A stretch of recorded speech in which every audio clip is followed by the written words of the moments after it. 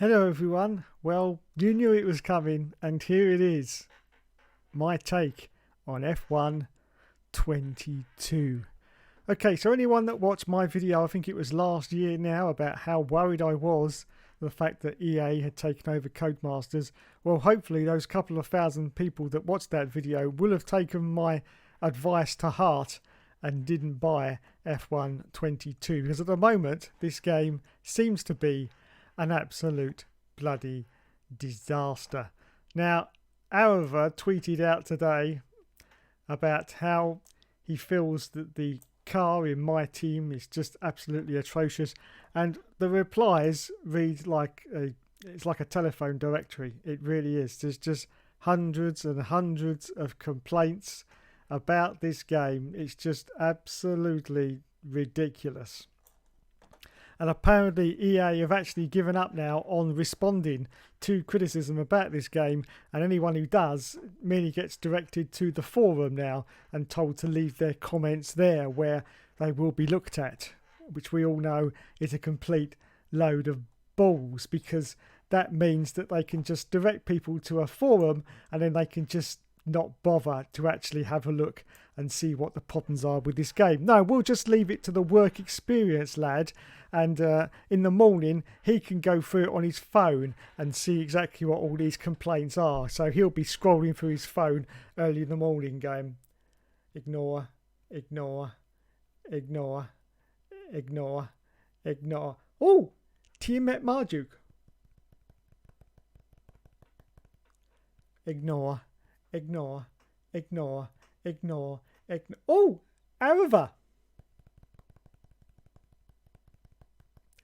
Ignore, ignore, ignore, ignore, ignore. F1 Games PlayStation. Ignore, ignore, ignore. And so on and so forth. Now, fundamentally, the problems with the game is to do with my team, which, don't forget, is the core gameplay in this game. Yes, my team, and apparently it is completely broken. Now, a lot of people seem to have come up with a solution. Yes, come up with a solution and saying what is actually wrong with the game, but I've got my own theory on what is wrong with the game, and it's nothing to do with what these big F1 YouTubers are saying, because don't forget, they're only in it for the money. They really don't care whether this game comes out broken or an absolute brilliant game that hasn't got a single bug on it. They really don't give two shits, just so long as they can get their My Team career modes out and get all that lovely YouTube cash. They really don't care the state of the game and how broken it is. What does that matter to them? In fact, the more it's broken, the more videos they can make on it and make a little bit more money. So for them, it's a gold mine. It really is. Either way, they're win, win, win. Now, as anyone knows, I am really, really passionate about the F1 games and have been since 1996. So to see the state of play with this game right now is very, very sad for me to see. Very, very sad indeed. Now, Alex Gilliam has said that the problem with the game and the fact that the AI are so fast down the straights is to do with the weight of the cars. Yes, the weight of the cars it's a lot lower than what the players' weight of their car is, and that's what, personally, I think it's a lot of old balls. Yeah, personally, I think it's a lot of old balls. I'll tell you exactly what the problem is, and that is the adaptive AI. Last year's game did not have adaptive AI. This year's game has, and now there's loads of problems. So that is the problem with the game, because if you look at a lot of the posts that people have actually posted, they've said it doesn't matter what AI level they drop it down to. They've dropped it all the way down to 50 sometimes. They still get overtaken by the AI cars. Now, that's all to do with the adaptive AI, or as I like to call it, the rubber banding effect, which means that the car in front of you, if you manage to catch up to it, yeah, or the car behind you manages to catch up to you, it's like a rubber band effect. You start to pull away and the car behind you starts to catch up again. It's been seen in so many racing games, usually not very good ones, but it was in GT2, Gran Turismo 2 on the PS1. And it completely spoiled that game for me and a lot of people as well. And at the time, there was a lot of complaints about it. But yeah, it's the rubber banding effect from the cars being behind. Now, I have no idea why Codemasters decided to put in adaptive AI. Now, apparently, I haven't tested this myself. If you make a mistake or mess up, the cars will actually slow down and allow you to catch up. That is not a proper Formula 1 game, is it? If you mess up, then you expect to be at the back and that's it, you know? This is just hand-holding to the ultimate extreme to all the youngsters out there. Yes, it's mollycoddling them now, mollycoddling them, and it's got to stop. It's got to stop. It's like when you were a kid and you fell off your bike and all your mates would sit there a little bit further up the road and wait until you caught up with them. That's exactly what EA are doing. They're hand-holding all these kids, these youngsters now, saying it's okay. It's okay. You've messed up, but it's okay. We'll wait for you. We'll wait for you. It'll be all right. No, really. Do you want a plaster? Do you want a plaster? Oh, have you hurt your knee? Have you hurt your knee? Perhaps a little plaster then. Oh, how's that? Is that better? It's exactly what EA are doing. And it needs to stop. It really does. I'm also very, very surprised that none of these big F1 YouTubers have really come out with any real criticism of this game, apart from our, but it's sort of muted criticism. I've not seen a video made by any of them where they've actually come out and said this game is an absolute clusterfuck. No, because they won't, will they? Because they know they want to get their promotion. They want to be in the good books of Codemasters and EA Sports. And so they're not going to overtly criticise a game that basically makes them their money. Yes, makes them their living wage comes from these games. So they're not going to overtly criticise them, are they? Thankfully, that isn't the case with me, so I can. And I just feel sorry for the people that went out and bought the full price for this game at like 80 quid, especially the people on Steam who unfortunately couldn't get the early access because there was some kind of technical difficulties. And so by the time they did manage to get onto the game, pretty much the people who'd only paid 60 quid for it were starting to play it as well. So they lost 20 quid just thrown down the drain, basically, because that was it. Yeah. Well done, EA. So it's a disastrous launch, basically, on Steam, and it hasn't been much better ever since. Now, we're now 1 month into this game, because it launched on the 1st of July. 1 month has now passed in this game. We're on patch number 6 so far, which a lot of people are very divided about. Some have said it's improved it, some have said it's made it worse. Personally, I think there's a little bit of improvement, but, you know, we will see as the weeks go on. And of course, today they've just announced that Portimao is to be included, which nobody asked for, and is a blatant attempt by EA and Codemasters to paper over the cracks and just say, there's a lot of criticism about, give them a new track, give them a free track. Yes, Portimao, just give it to them. Just give it to them. Just give it to them. That'll shut them up for 5 minutes. Yes, that's exactly what they've done. They've just given away a free track. Now, I'm pretty sure any other tracks that come along the line aren't going to be free. You have to pay for one of the DLC. So why have they done this? As I say, it's basically just to shut everybody up and say, go on. Go away and play on your little free track now. Play on your little free track. And while you're doing that, we'll get on with what's broken. Well, we won't really. We'll just fix a few things and then...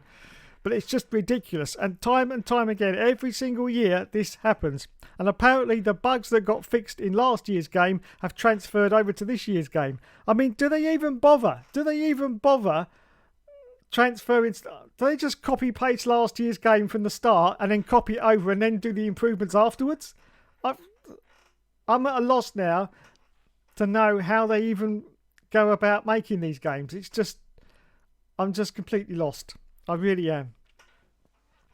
But one thing I have seen time and time again is people saying, that's it, I'm giving up on this game. No, it's done for me. It's done. I've only got halfway through my career and I'm done with it now. That is terrible news for a game that's 30 days old. Absolutely terrible news. And this is right on the back of Grid Legends, which has been an absolute flop for Codemasters. It's now on sale already, and that's only been out, I think, 2 months now. It's already on sale at Amazon in the UK for $19.99. Yes, Grid Legends. Absolute flop. No one brought it, did they? Even though it had all that motion capture work in it, real actors starring in the roles, it was going to be the next big Grid.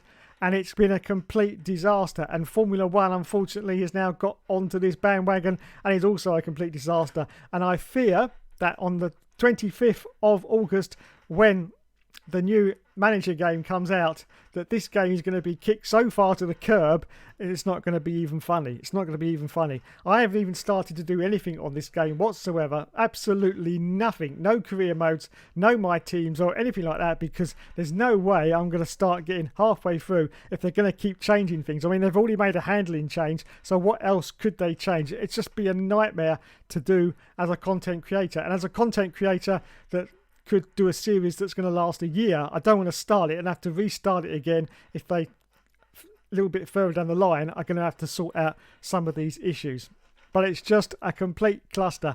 And what can I say? My prophecy came true in the worst possible case that you can imagine. And I certainly didn't want it to be like this. Certainly didn't want it to be like this. But it's happened. EA have completely fucked with this game.